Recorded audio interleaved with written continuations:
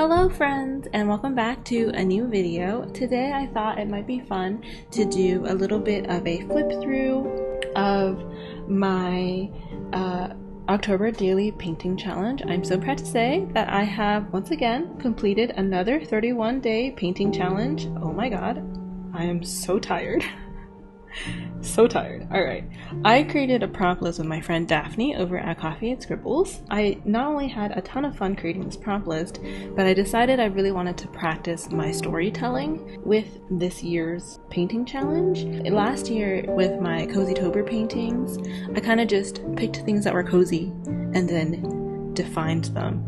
If you remember, this is how that little zine turned out. I really do still love this, which, by the way, currently, just a small shameless plug, I am discontinuing my Cozy-tober stuff with the next shop update. So if you want the zine, it's currently on sale, and it is your last chance to get it before sometime mid-November when I'm doing my shop update. But yeah, alright. Last year I did Cozy-tober, and I kind of just picked cozy things to kind of define. I really liked how the scene turned out, but this year I really wanted to practice my storytelling. I also decided to change the way that I was creating my paintings. For the past 2 years I cut little sheets of watercolor paper to paint on, but this year I decided to try painting in my sketchbook that at the time was relatively new. It is a Global Arts Handbook 300 GSM watercolor paper sketchbook, I'm pretty sure. I quite liked it. As you can see, the paper didn't really warp very much, which is pretty nice.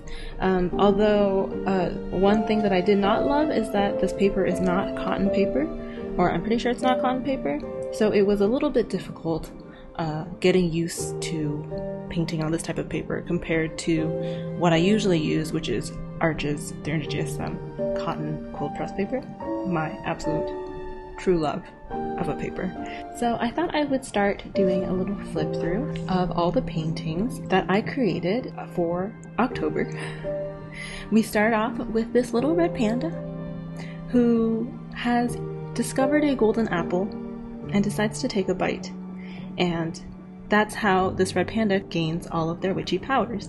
This red panda's name is mian-mian. And mian means noodles in Mandarin. We named mian-mian and their froggy familiar gua-gua on stream one day. I can't remember what we were painting at the time. It was one of these paintings, but I can't remember which one because there's 31 of them.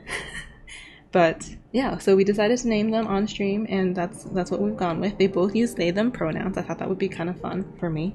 Also because I need to practice not defaulting every character that I draw into a boy. I tend to use he him a lot, so I wanted to practice using something other than he him. So they both ended up having they them pronouns. So basically we go on an adventure with mian-mian and gua-gua, and they get up into some shenanigans. They live in a forest that's kind of magical, and yeah, I'm not gonna talk you through every story because you can see them on my Instagram page and also in my new zine that I'm gonna show you later. All the stories are in there. One of the things I really wanted to practice with this year's painting challenge was the way that these like mist effects would overlay over each other.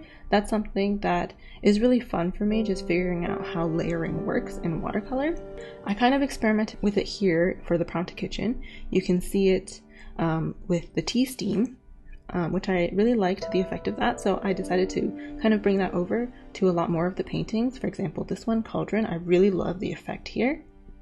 And I also really liked kind of bringing in more color in my mists, if that makes sense. Overall, I had such a fun time telling their stories. I did not do a lot of prep this year for my painting challenge. I don't usually do a ton of prep, to be honest. I know some people do a ton of sketching beforehand, but I since I make my own prompt list, I tend to go with prompts that are very kind of straightforward and simple, so I tend to just paint whatever comes to mind first. This one actually is for the prompt quilt, and it is a composition that I had come up with back in like August. I think in August. I came up with this composition in August, and I've been waiting to paint it and I just like never got the chance. So I'm really, really glad that I got to paint it for October, because this is actually one of my favorite paintings that I've made out of all 31 paintings. I really love all of the different effects in the quilt squares, and I really like the way that Mian-mian and gua-gua are interacting. I really like that Mian-mian is doing the bulk of the sewing, but gua-gua the froggy is still like clearly helping out. And then around here, this was I think around the midway point of the paintings, and you can tell I started getting a little bit tired. I tend to always get kind of burnt out around the midpoint of a 31-day daily art painting challenge. I think that's pretty normal. We all get kind of burnt out. Painting every day is really hard. It's really, really hard. And I feel like these are probably my weakest of all 31 days, but I still like being able to look through like the entire series together, and I feel like they still fit in, which is fine. But yeah, this one was for Spellbook and this one was for Quill, and I think that overall you still can see what I was going for. I do think that that like the painting could have turned out better, but otherwise I think it's fine. There's always going to be some weaker pieces in a daily painting challenge, I feel like. And then this spread I think turned out really cute. This one is Fairy Door and Forage Basket. I liked that I made Gua-gua the froggy kind of the centerpiece of these two paintings and this spread. I also really liked that you can see how small Gua-gua the froggy is. Like you know from the previous paintings that Gua-gua is really small, right? Because Gua-gua is supposed to be a tiny frog. But I liked how Gua-gua looks like a giant in this painting, because the idea is that this mushroom is super tiny, and it's a fairy door, right? So this fairy that lives in this house is even tinier than Gua-gua the froggy. So I don't know, I really liked playing with the size there. Here, this is another one of my favorite paintings. This one is for Pumpkin Patch. This one is one that I actually thought about a little bit more. I originally was going to have Mian-mian the Red Panda and Gua-gua the Froggy picking pumpkins in a proper pumpkin patch, but I thought that it would look too similar to this one, which is Harvest. So I ended up doing a pumpkin pile, and I really like how it looks together, like both paintings look next to each other. And I also really loved the effect of the sparkles that I did on the pumpkins, which was very like last minute. I wasn't planning on making them sparkly magical pumpkins, but then they ended up just becoming sparkly magical pumpkins because I thought it'd be fun. And I really love how this painting turned out. I think this one is going to be, I'm going to turn this one into a print and a sticker, because I really like, I don't know, I just really like the juxtaposition and how I don't know, how they all stack up. I think it's just cute, you know? I'm so proud of this one. Alright, okay, next one. And then these were fun to do because I liked that this one was very vertical and this one was very horizontal. When I was working on these paintings, I was thinking a lot about how these paintings would look next to each other in my little zine, which is not something that I had thought about before, but this time I really wanted the spreads to kind of go together, so I really liked the juxtaposition of the verticality of this one and the horizontal nature of this one. And then we keep going. This one was suggested by somebody on stream. The prompt was tree stump, and I wasn't sure what to do because I had already painted this tree stump for the house, and someone suggested that I should paint a tea party on a tree stump, and I think it turned out so cute. So I really love that these two are next to each other as well, because they're like just fun activities that our main characters are enjoying, and they're so different. Like one is very static and still because they're sitting at a tree stump having a tea party, and the other one is like clearly they're walking and moving and going on an adventure. This one I think is one of the first paintings that I did in the whole series that didn't showcase mian-mian the Red Panda or Gua-gua the Froggy. And again, this one I kind of wanted to do something similar to my Inktober painting from like 2 years ago. I did a Dose of Joy sticker painting. I did a Dose of Joy painting that I turned into a holographic sticker. This one was the Dose of Joy painting, holographic sticker. And I wanted to do something similar, but like still different. So I ended up going with this idea of, well, I did a square bottle instead of a round bottle, and I decided that the potion would give you a sense of wonder instead of a sense of joy, because I felt like it would make sense with the magical, I don't know, feel of all the other paintings. And this one's another one that I really like how it turned out. I really love how my colors blended together. I was really unsure about trying to blend the blue with ultimately the yellow in this corner. But I feel like the transition turned out really well, and I managed to avoid getting any muddiness. So I was quite proud of that. And then I wanted to expand on the blending here into the blending here for sparks. So this one is very similar to my cauldron painting back here, but a little bit different. Mian-mian is once again creating potions, but now Mian-mian actually knows what they're doing. And they're creating more potions of wonder. And I thought that it would be really fun to try and experiment with, again, the layering of the mist and the color shift. I feel like the color shift here was not as successful as the color shift here, because this one, the color shift is kind of more like radial and gradual, and the one here is very kind of Neapolitan ice cream, if you know what I mean. But I still think it turned out really well, and I like Froggy's expression. I like gua-gua's expression, because they're clearly very mesmerized by how like sparkly the mist is. This one I actually really liked the story for. The prompt was poison, and I was really struggling with figuring out how to create a story and a painting for poison, because mian-mian and gua-gua are clearly very wholesome characters. They won't be poisoning anybody.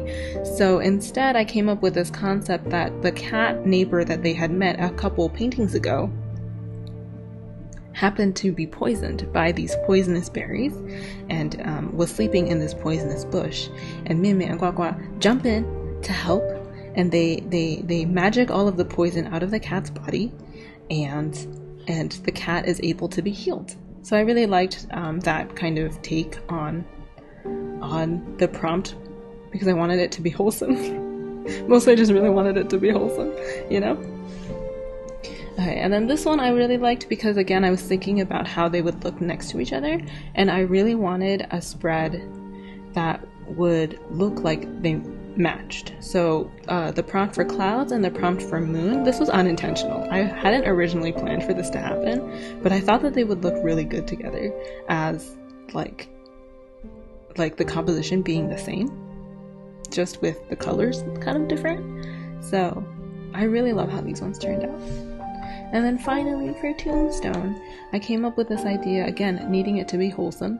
I came up with this idea of cleaning tombstones, which is a common practice in Chinese culture. You every year you're supposed to go and like clean the graves of your ancestors.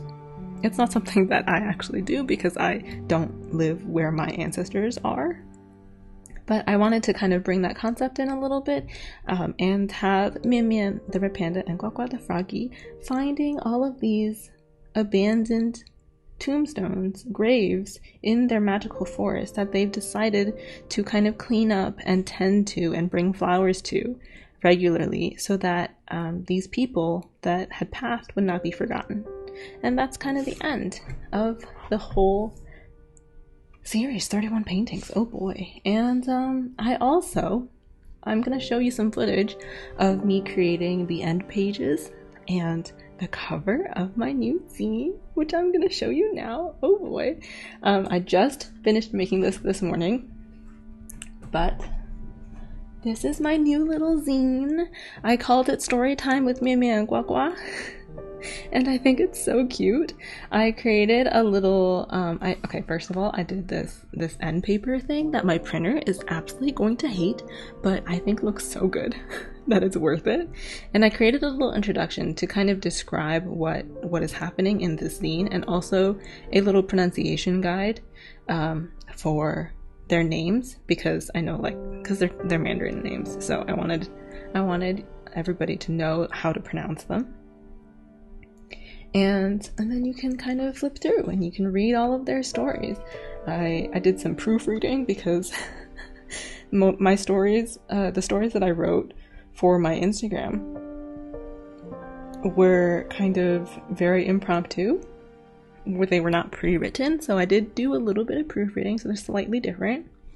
But yeah, I'm so happy with how it all turned out. I think everything looks really nice, if I do say so myself. I'm really glad I was able to fit the stories in. I did have to do some cutting because some of my stories kind of got a little long. I think the longest one is Poison, where you can see it kind of nearly go off the page. But yeah, overall, that's my little zine. I decided to saddle stitch it this year. Last year and the year before I did a staple binding, but this year I've decided to saddle stitch all of my little zines, and it has a little bow in the middle because I thought it would feel very handmade. I thought it would feel like maybe mian-mian and gua-gua had made these zines for you themselves. So yeah, that is the story of my little daily painting challenge. I hope you really enjoyed. I'm so proud of how they turned out. They will be up in my shop sometime this month. I'm sure there will be a shop update vlog coming out eventually. I need to start filming that soon. But yeah, I hope you liked kind of me going through these paintings and showing you the end product, and there will be prints and stickers coming out as well. Some of the prints and stickers are for my Patreon, so those will be exclusive. So you should go check my Patreon reveal if you want to see those things. And that's really it. Thank you so much for watching. Thank you for coming to my cozy little space on the internet. I'm so proud of these, and I'm also so tired. I need to rest so badly. I feel like my last few videos have just been me talking about how I feel really burnt out, and I'm still feeling a little burnt out, but you know, we're managing. It's fine. I made cookies this week, so that makes me feel a little better because cookies make everything better. But yeah, thank you again so much for watching. Thank you for coming along this little story time journey with me, and I will see you very soon. I'm still streaming, every 3 times a week, so come hang out on Twitch if you want to. Otherwise, I will see you next week on Friday when I will be posting a new video. Goodbye, friends!